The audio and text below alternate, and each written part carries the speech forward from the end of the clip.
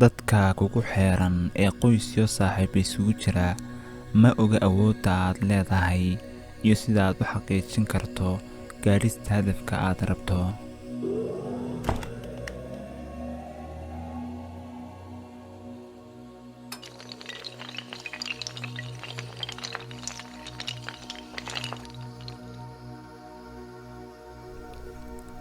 Assalaamu calaykum waraxmatullaahi wabarakaatuh.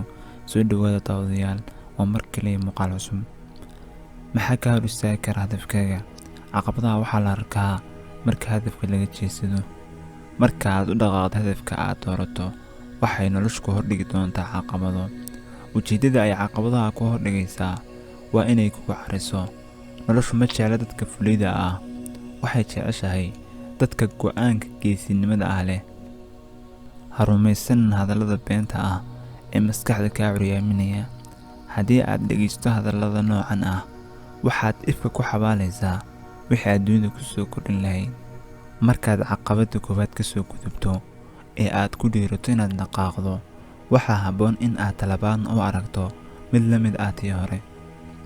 Markaad caqabadda labaad ka soo gudubto ee aad u aragto in cidda ku jecel ay kugu caawinayso gaadhista hadafka aad jeceshahay, waxaa soo baxaysa caqabadda saddexaad, taas oo ah inaad ka cabsato turunturooyinka iyo kacaakufka jidka ka hor imanaya. Kacaakufku waa wax caadi ah oo uu la kulmo qof kastoo raba inuu horumar sameeyo. Ilmaha yar ee socodka baranaya imise jeer ayuu dhacaa. Waa in aad u adkaysato kacaakufka tirada badan, waa in aad cashir ka barataa.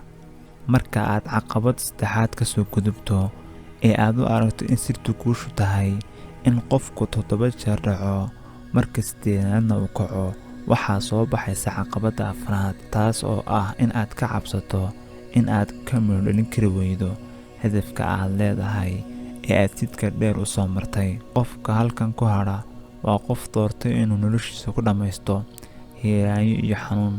Maxaa yeelay hadba nafta ayaa kugu horanaysa weydiimo hor leh oo ku saabsan maxaa keenay inaad ka hadho hirgelinta hadafkii aad lahayd. Ma jirto sababaad ugu warwareegto in aad bilowdo mashruucaaga nololeed. Ogow in cimrigaagu yahay waqti kooban oo aan u qalmin in aad ku qaadato cabsi iyo calaacal. Ha isdhiibin, ha ka hadhin hadafka aad leedahay, ha noqonin dacwadii geedka cinabka ah damacday. Marka ay gaadhi weydana tidhi yaa wax kugu falayaa midhahaaga qanaadh. Waxaa mudan in aad isweydiiso habdhaqanka aad leedahay ee ka hor istaagi kara gaadhista hadafkaaga. Sidoo kale waxaa mudan in aad isweydiiso habdhaqanka kaa maqan ee kuu fududayn kara gaadhista hadafkaaga. Ugu dambeyn, waxaa habboon in aad ogaato oo aad meel ku qorato habdhaqanka aad rabto in aad joojiso iyo habdhaqanka aad rabto in aad samayso.